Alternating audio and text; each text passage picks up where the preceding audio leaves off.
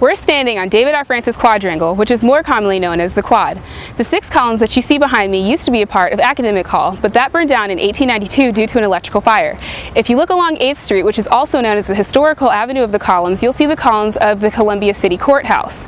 Our columns and the courthouse columns are lined up to signify how the city and the university are connected.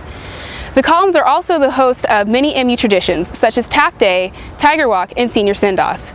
Tap Day is when students are tapped into the main secret societies of MU.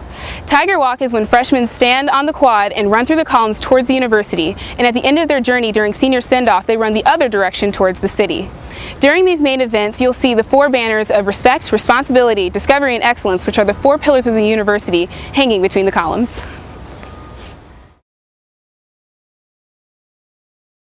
This is my friend David R. Francis. He was governor of Missouri from 1889 to 1893, and we're actually still here in Columbia because of him.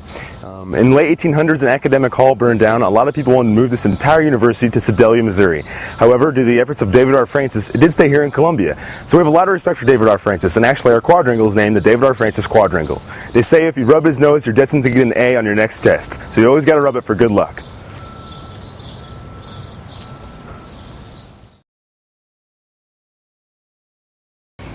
Behind me is Jesse Hall, which is the main administrative building of the university. The dome on top of Jesse Hall is taller than the building itself and lights up on special occasions like Engineering Week.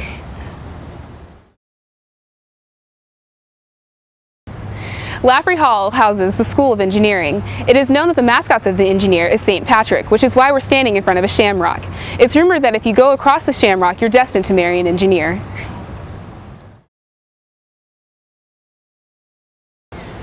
Now we're in front of Memorial Union. The center tower that you see was constructed after World War I to commemorate the Mizzou students and faculty that we lost during that war.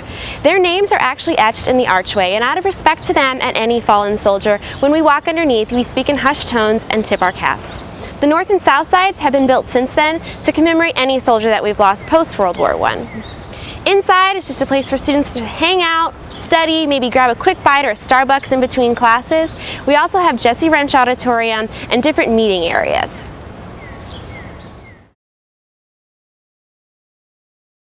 This is Ellis Library, the primary library here on campus. Newly renovated in 2004, it houses over 3 million volumes and 7 million microfilms, making it the largest research library in the state of Missouri. It's actually the 54th largest research library in the country. We're in front of the MU Student Center, which houses the University Bookstore, where you can find anything and everything with Mizzou's logo on it, from a toothbrush to a t-shirt, as well as your school textbooks. Tiger Tech, where all of your technology needs can be met. The Center for Student Involvement, where all 600 plus of our student organizations have the opportunity for meeting space, office space, and storage, as well as several lounges and a food court. This building behind me is the Student Recreation Complex. In it, you can find 3 swimming pools, 10 full-size basketball courts, a 1/6 of a mile track, a rock climbing wall, a spa, and weight rooms, in addition to much, much more. It was originally known as Brewer Fieldhouse, the old basketball arena, but in 2005 it was renovated. And actually, when it was renovated, it was ranked by Sports Illustrated magazine as the best rec center in the country.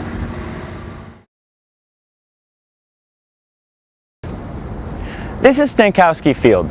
It has 3 full-size football fields, a 1/3 of a mile track, and 4 sand volleyball courts.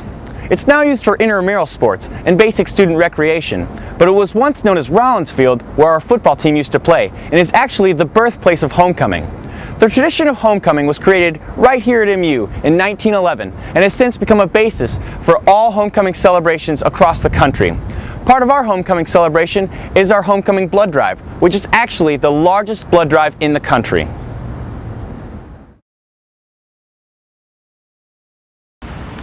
I'm standing just outside the Reynolds Journalism Institute. Our journalism program was the first ever founded in the world back in 1908 and just went through its 103rd anniversary birthday party about 2 years ago. Though it's the oldest in the world, it's also one of the top rated in the country. Students going through our journalism program elsewhere get 4 years in the classroom and then graduate. Here at the University of Missouri, we have a completely different program. It's called the Missouri Method because we started it. Students get 2 years in the classroom and 2 years actual field experience through KOMU, the NBC affiliate we own and operate, the Missouri newspaper published right downtown, or our very own radio station. These stone lions rest in the entrance archway to the University of Missouri School of Journalism. They were carved 531 years ago in the Ming Dynasty in China. They stood guard outside a Confucian temple for many centuries before being gifted in 1931 to the University of Missouri School of Journalism from the Chinese government. They say it's very bad luck to talk while walking between the lions, so don't tell anyone. We're here on Lowry Mall in front of the Student Success Center, which is one of our greatest resources for learning on campus. Inside you'll find tutoring, academic retention services, academic exploration. If you're not quite sure what you want to do yet, they can help you figure that out. The writing lab, where if you need a little help getting an A on that paper, you can bring it in and they'll help you improve your writing. And the Career Center, so if you're looking to find a job or improve your resume or improve your interview skills, all of that can be done inside the Student Success Center. The University of Missouri has a very unique connection with Thomas Jefferson. It's actually the first public land-grant institution west of the Mississippi River, which owed to Thomas Jefferson and all of his efforts with Louisiana Purchase. We have a lot of respect for Thomas Jefferson on this campus. In fact, right over my shoulder is his original tombstone. He wrote his own epitaph before he passed away, and if you read through it, you notice he didn't include anything about his presidency. We're really not too sure why he didn't include that, but his grandkids thought it was important enough to add back in. So there's a new epitaph with a new gravestone, and that lies where his body lies at Monticello. They donated this one to us because of the amount of respect we have for him on this campus, as well as the fact he's the founder of the University of Virginia, our sister school. Right now, I'm standing on the very northern edge of our campus. This beautiful area is known as Peace Park. However, it hasn't always been known as that. Originally, it was called McAllister Park until the 1960s, when many anti-Vietnam War demonstrations were held here. Following the Kent State shootings, it was called Peace Park. Today, it serves as a great escape from a student's busy day and offers our students an opportunity to enjoy some of our campus's natural beauty. Behind me is Swallow Hall, which holds a museum of anthropology. It has artifacts all the way from 9000 BC up to modern times. It's also great for a cheap date because it's free to get in with an MU student ID card.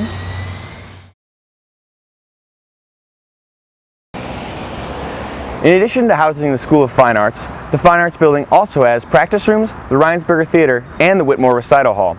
In these locations, art, music, and theater students can practice and showcase their work. Behind me is the residence on the Quadrangle. This is the oldest building currently on our campus and has acted as home to our many chancellors over the past decades. Currently, our Chancellor Brady Deaton and his wife Ann live in the home. The home itself is absolutely gorgeous inside and out, and many famous people have stayed inside, including Eleanor Roosevelt, Mark Twain, and Harry S. Truman.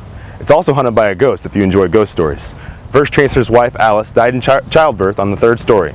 She says it's her home and doesn't want anyone else to live there. But don't worry if you end up meeting Alice. She's supposedly a friendly ghost. Located on the South Quadrangle, Cornell Hall is home to the Trulaske College of Business. The building is named for Harry Cornell, a 1950 College of Business graduate, and his wife, Anne. Cornell Hall is our largest classroom building on campus, and its numerous classrooms, computer labs, and auditoriums all have state-of-the-art technology.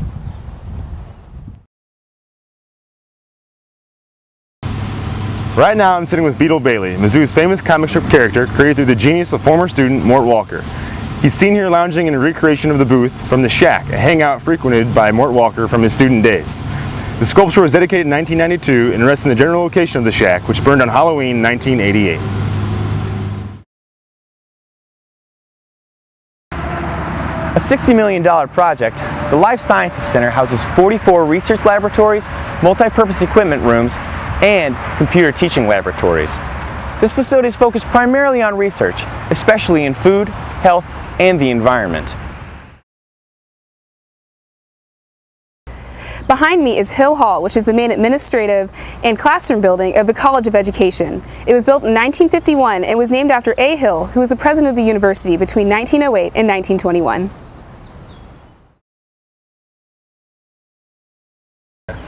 Right behind me is Switzler Hall. This is the oldest classroom building on its campus, completed in 1871. On top of this building rests a bell tower, and the bell used to ring to begin and end classes every single day on this campus. However, there are a few different legends that explain why it no longer does so. The most interesting of these tales tells a story of how engineering and law students climbed to the top of the bell tower and tied the clapper of the bell to a rope. The other end of that rope was tied to a goat, which was running freely across our quadrangle. The bell rang consistently all day long, and students didn't know when classes were ending and when they were beginning. Because of that, the classes had to be canceled for the entire day. Today, the bell tower is gated off and students are not allowed on top of the building. The bell only rings on significant MU days today. The Agriculture building behind me houses the administrative offices of the College of Agriculture, Food, and Natural Resources, as well as the Entomology exhibit, which has over 1 million species of insects, many of which are from the state of Missouri. The building, built in the late 50s, was also intended to serve as a fallout shelter.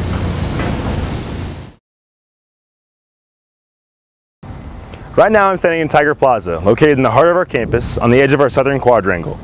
The bronze tiger behind me was dedicated in 2002, and legend has it that in the belly of the tiger rests a jayhawk, the mascot of our closest and largest rival, the University of Kansas.